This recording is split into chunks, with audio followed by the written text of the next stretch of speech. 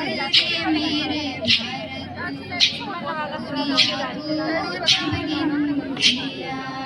भारत की भाषा भारत ने दुनिया को पहले सिखलाई देता ना दशक भारत तो चांद पे जाना मुश्किल धरती और चांद की दूरी का अंदाजा लगाना मुश्किल सभ्यता जहाँ पहले आई सभ्यता जहाँ पहले आई जन्म है जहाँ पे अपना भारत वो भारत है जिससे पीछे संसार चला संसार